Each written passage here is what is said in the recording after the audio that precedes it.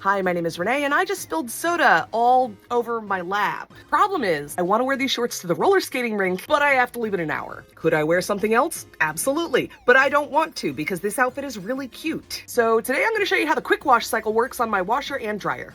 Okay, so here is the washer, round, and here are my shorts. I promise I did not pee my pants, although it kind of looks like that. I wanted it to kind of pool there instead of going all over the floor, so I made an executive decision, knowing that I have a 15-minute fast wash cycle on my machine. On some machines this is called fast wash, other machines it's called quick wash. They're all kind of the same thing. This cycle is specifically designed for this exact situation. It's only designed to wash a few items at a time, very, very quickly, with a tiny amount of detergent.